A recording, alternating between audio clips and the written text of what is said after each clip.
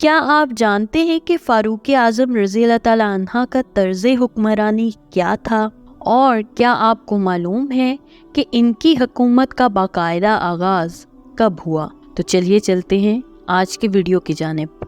حضرت ابوبکر رضی اللہ تعالیٰ عنہ نے 63 سال کی عمر میں اواخر جمادی الثانی دوشنیہ کے روز وفات پائی اور حضرت عمر فاروق رضی اللہ تعالیٰ عنہ مسند آرائے خلافت ہوئے۔ خلیفہ سابق کے عہد میں مدعیان نبوت، مرتدین عرب اور منکرین زکوٰۃ کا خاتمہ ہو کر فتوحات ملکی کا آغاز ہو چکا تھا، یعنی 12 ہجری میں عراق پر لشکر کشی ہوئی اور ہیرا کے تمام اضلاع فتح ہو گئے۔ اسی طرح 13 ہجری میں شام پر حملہ ہوا اور اسلامی فوجیں سرحدی اضلاع میں پھیل گئیں۔ ان مہمات کا آغاز ہی تھا کہ خلیفہ وقت کا انتقال ہو گیا۔ حضرت عمر رضی اللہ تعالیٰ عنہ نے عنان حکومت ہاتھ میں لے لی تو ان کا سب سے اہم فرض انہی مہمات کو تکمیل تک پہنچانا تھا۔ اسلام میں خلافت کا سلسلہ گو حضرت ابوبکر صدیق رضی اللہ تعالیٰ عنہ عہد سے شروع ہوا اور ان کے قلیل زمانہ خلافت میں بھی بڑے بڑے کام انجام پائے، لیکن متنظم اور باقاعدہ حکومت کا آغاز عمر رضی اللہ تعالیٰ عنہ کے عہد سے ہوا۔ انہوں نے نہ صرف کثیر و کثرہ کی وسیع سلطنتوں کو دائرہ اسلام میں داخل کیا، بلکہ حکومت اور سلطنت کا باقاعدہ نظام بھی قائم کیا اور اس کو اس قدر ترقی دی کہ حکومت کے جس قدر ضروری شعبے ہیں سب ان کے عہد میں وجود پذیر ہو چکے تھے۔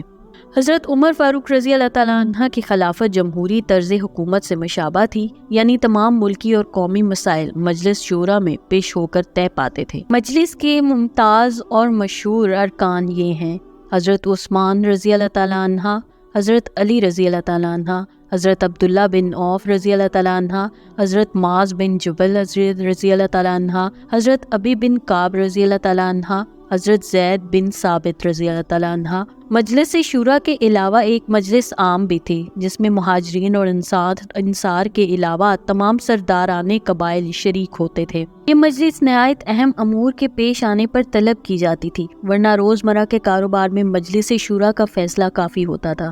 ان دونوں مجلسوں کے سوا ایک تیسری مجلس بھی تھی جس کو ہم مجلس خاص کہتے ہیں۔ اس میں صرف مہاجرین صحابہ شریک ہوتے تھے۔ مجلس شورا کے انعقاد کا عام طریقہ یہ تھا کہ منادی الصلاۃ الجامعہ کا اعلان کیا کرتا تھا، لوگ مسجد میں جمع ہو جاتے اور اس کے بعد ہر ایک کی رائے دریافت کرتے تھے۔ جمہوری حکومت کا مقصد یہ ہوتا کہ ہر شخص کو اپنے حقوق کی حفاظت اور اپنی رائے کے اعلانیہ اظہار کا موقع دیا جائے۔ نظام حکومت کے سلسلے میں سب سے پہلا کام ملک کے صوبوں اور ضلعوں میں تقسیم ہے۔ اسلام میں سب سے پہلے حضرت عمر رضی اللہ تعالیٰ عنہ نے اس کی ابتدا کی اور تمام ممالک مفتوحہ کو 8 صوبوں پر تقسیم کیا: مکہ، مدینہ، جزیرہ، بصرہ، کوفہ، مصر اور فلسطین۔ ان صوبوں کے علاوہ 3 صوبے اور تھے: خراسان، آذربائیجان اور فارس۔ ہر صوبے میں مفصلہ ذیل بڑے بڑے عہدیدار تھے: والی یعنی حاکم صوبہ، کاتب یعنی میر منشی، کاتب دیوان یعنی فوجی محکمہ کا میر منشی، صاحب الخراج یعنی کلکٹر، صاحب احداث یعنی آفیسر پولیس، صاحب بیت المال یعنی افسر خزانہ، قاضی یعنی جج۔ چنانچہ کوفے میں امارین یاسر والی، عثمان بن حنیف کلکٹر، عبداللہ بن مسعود افسر خزانہ شرعی قاضی اور عبداللہ بن خزائی کاتب دیوان تھے۔ خلیفہ وقت کا سب سے بڑا فرض حکام کی نگرانی اور قوم کے اخلاق و عادات کی حفاظت ہے۔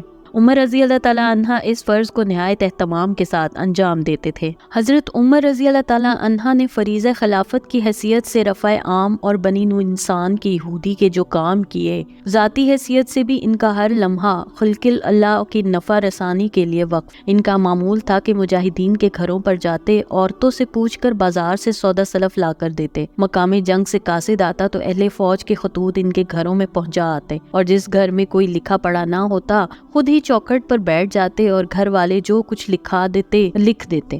راتوں کو عموماً گشت کرتے، عام آبادی کا حال معلوم ہو۔ ایک دفعہ گشت کرتے ہوئے مدینے سے 3 میل کے فاصلے پر مقام حرار پہنچے۔ دیکھا کہ ایک عورت پکار رہی ہے، 2-3 بچے رو رہے ہیں۔ پاس جا کر حقیقت حال دریافت کی۔ عورت نے کہا، بچے بھوک سے تڑپ رہے ہیں، میں نے ان کے بہلانے کو خالی ہانڈی چڑھا دی ہے۔ عمر رضی اللہ تعالیٰ عنہ اسی وقت مدینہ آئے اور آٹا، گھی، گوشت اور کھجورے لے کر گئے۔ عمر رضی اللہ تعالیٰ عنہ کے غلام اسلم نے کہا، میں لے کر چلتا ہوں۔ فرمایا، ہاں، قیامت میں تم میرا بار نہیں اٹھاؤ گے، اور خود ہی سب سامان لے کر عورت کے پاس گئے۔ اس نے پکانے کا انتظام کیا۔ حضرت عمر دیکھتے تھے اور خوش ہوتے تھے۔ ایک دفعہ کچھ لوگ شہر کے باہر اترے۔ عمر رضی اللہ تعالیٰ عنہ نے عبد الرحمن بن عوف کو ساتھ لیا اور کہا، مجھ کو ان کے متعلق مدینہ کے چوروں کا ڈر لگا ہوا ہے، چلو ہم دونوں چل کر پہرا دیں۔ چنانچہ دونوں آدمی رات بھر پہرا دیتے رہے۔ ایک دفعہ رات کو گشت کر رہے تھے کہ ایک بدھو کے خیمے سے رونے کی آواز آئی۔ دریافت سے معلوم ہوا کہ بدھو کی عورت درد زا میں مبتلا ہے۔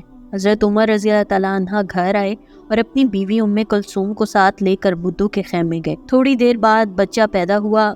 کلثوم نے پکار کر کہا، اے امیر المومنین، اپنے دوست کو مبارکباد دیجیے۔ بدھو امیر المومنین کا لفظ سن کر چونک پڑا۔ حضرت عمر نے کہا، کچھ خیال نہ کرو، کل میرے پاس آنا، بچے کی تنخواہ مقرر کر دوں گا۔ عمر اپنے غیر معمولی مصروفیات میں سے بھی مجبور، بےکس اور اپاہج آدمیوں کی خدمت گزاری کے لیے وقت نکال لیتے تھے۔ مدینہ سے اکثر نابینا اور ضعیف اشخاص فاروق اعظم کی خدمت گزاری کے ممنون تھے۔ خلوص کا یہ عالم تھا کہ خود ان لوگوں کی خبر بھی نہ تھی کہ یہ فرشتہ رحمت کون ہے۔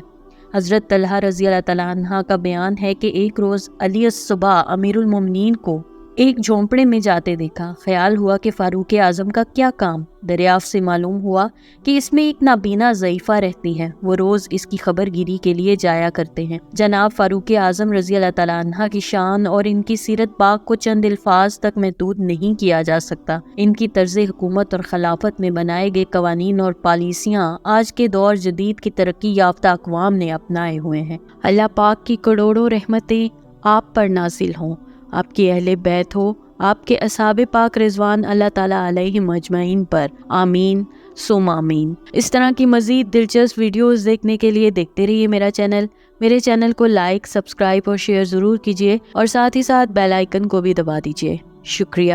اللہ حافظ۔